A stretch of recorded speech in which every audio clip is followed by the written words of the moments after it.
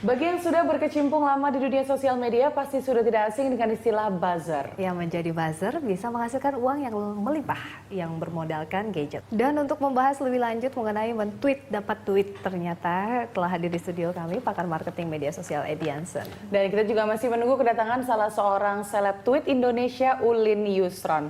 Mas Edi, Facebook buka di Indonesia, Google, dan sekarang diikuti oleh Twitter. Rupanya Indonesia ini merupakan demografis yang sangat penting ya dalam perpetaan sosial media dunia, seperti itu katakanlah. Tingginya partisipasi masyarakat Indonesia dalam sosmed seperti itu. Apakah Anda memiliki pengamatan tertentu? Nah, kalau kita memandang pengguna sosmed Indonesia sendiri, mungkin kita kembali ke budaya Indonesia sendiri, yang mana memang budaya Indonesia kita ini sangat kekeluargaan. Menggunakan gadget utamanya begitu ya, sebagai langkah berkomunikasi. Baik, apa yang membedakan karakteristik Indonesia sebagai pengguna sosmed dengan negara-negara lain yang tidak kalah juga tinggi jumlah demografinya, seperti India atau Tiongkok misalkan? Oke. Untuk Indonesia sendiri, kita bisa melihat penetrasi internetnya sebenarnya selalu ngepas atau sebagainya. Nah, ini berarti orang Indonesia yang selalu bersama handphonenya dan itu yang menjadi tools untuk sosmed. Tentunya sama Twitter nih dilihat sesuatu yang bisa dimonetize seperti itu ya. pastinya. Untuk mereka seperti apa sih bisnis modelnya? Untuk buzzer atau pemilik akun Twitter, sebenarnya kalau mereka sudah memiliki jumlah follower yang cukup besar, Sendiri melihat potensi ini dan nggak mau ketinggalan ya, makanya baru aja kemarin CEO-nya berkunjung ke sini dan membuka Dan cabang juga ada resmi. beberapa agensi yang utamanya Edi juga punya agensi yang sudah dari tahun 2000-an ya begitu ya, mengelola dari Twitter bisnis ini begitu ya. Mengenai sosial media dalam hal ini khususnya Twitter ya. Betul. Dan sudah hadir di studio bersama kami salah satu seleb tweet, Mas Ulin Yusron, selamat datang. Seleb tweet itu apa sih Mas bedanya? Orang yang dikenal gara-gara cuitan kali ya. Kamu banyak tweet gitu ya? Dikenal dan apa namanya, orang kemudian mengetahui dia punya konsen isu tertentu yang kemudian mendatangkan banyak follower gitu. Mas Ulin 1.000 lebih ya, 64.000. Itu biasanya apa aja Mas Ulin yang di-tweet untuk bisa menggait massa sebanyak itu? Pasti cukup menarik ya. Kalau isu jualan, bukan bisnis juga, nggak mendatangkan uang juga, tapi merupakan bagian dari corong suara publik. Terpilihnya presiden juga lagi pemilu legislatifnya. Mas Ulin sendiri bagaimana partisipasinya dalam hal ini tahun lalu? Mungkin bisa cerita sedikit. Saya menjadi bagian dari relawan udara pada waktu itu. Kita menyebutnya relawan udara yang bergerak di sosial media untuk mendukung Jokowi JK.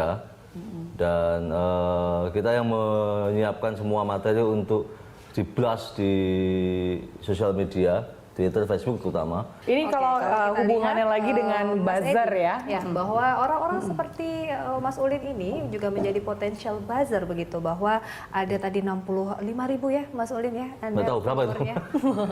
Jadi seperti apa untuk kategori dari bisa menggandeng seorang buzzer? Oke, justru ini menjadi menarik saat buzzer-buzzer yang pada awalnya tidak ada intention untuk menjual akunnya untuk kepentingan. Kan kredibilitas ini, bagaimana kita bisa menggait para buzzer seperti inilah untuk menjadi Mengumpulkan massa di media Malah sosial. mungkin sebagian juga begitu kali ya Mas. Iya. Sebagian di antaranya adalah orang yang beberapa kali, tapi sejauh ini saya nggak mau karena ya aku mau nggak jualan produk, aku tuh menjual ide, Bagaimana gagasan. dengan yang ingin mengendorse ide dari Mas Ulin begitu?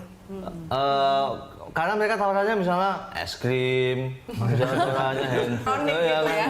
Nah ini juga yang saya mau tanyakan ke Mas Edi, apakah sebagai seorang influencer atau buzzer itu kan mereka menggenerate massa untuk dengan cara meng-create konten. Konten itu kan bisa macam-macam. Kalau Mas Ulin ini kan dengan ide, ada orang kesehatan, tips atau kecantikan dan sebagainya. Biasanya produk yang mau mereka endorse itu harus selalu berkaitan atau bisa sama sekali nggak ada hubungannya? saya menyambung Oke. untuk keterkaitan akun Twitter jenisnya dengan ya produknya pasti harus ada. Namun kita tetap mengukur influencer dan juga pengaruh Menjadi potensi ya begitu ya bagi simbiosis mutualisme keduanya. Dan kalau kita lihat ada rules artinya ya Mendy ya untuk agensi sendiri dengan para buzzer begitu. Jadi Mas Ulin nggak usah khawatir nanti akan dibikinin bagaimana biar nyambung gagasan-gagasan di tulisannya sama produk yang mau di Mungkin besok-besok tugasnya Mas Edi. Karena apapun bisa nyambung di situ kan. Udah nggak iklan asli lagi deh Mas udah pasti. Mas Ulin apakah cuma aktif di Twitter aja atau di sosmed lainnya juga? Ya aktif di Facebook. Facebook ini kita ini sebenarnya agak kebalik ya, dunia buzzer. Tapi Facebook sebetulnya punya potensi untuk influence lebih dari Twitter dari Setiap sosial media ini dan bagaimana bisa menggali potensinya. Baik. Usai jeda berikut. Sosial Twitter membuka kantor di Jakarta. Langkah itu ditempuh karena Indonesia dinilai sebagai pasar bisnis yang sangat menguntungkan. Masih dalam dialog Lunch Talk, men-tweet dapat tweet. Mas Edi, ini kabarnya betulkah ketika untuk buzzer sendiri ya, keuntungan yang didapatkan ini ada banyak.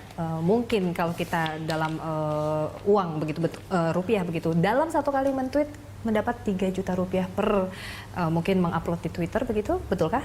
Betul. Jadi dari sekian banyak buzzer, ada sekitar 2.600 yang kami kelola sejauh ini. Dari beberapa buzzer yang paling top, Informasi yang dibagi, kita tadi sudah sempat bahas juga di Betul, segmen ya. sebelumnya ya, ini prospek Kategorinya, dan ya. fenomena berjualan lewat medsos. Tentunya bukan tanpa resiko-resikonya tersendiri ya.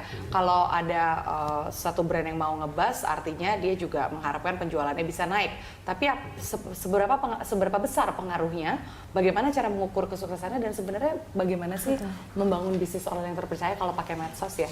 Karena kan banyak Bagi juga kita endorser tahu ya. account-account penjualan yang tidak terlalu bisa dipercaya seperti itu.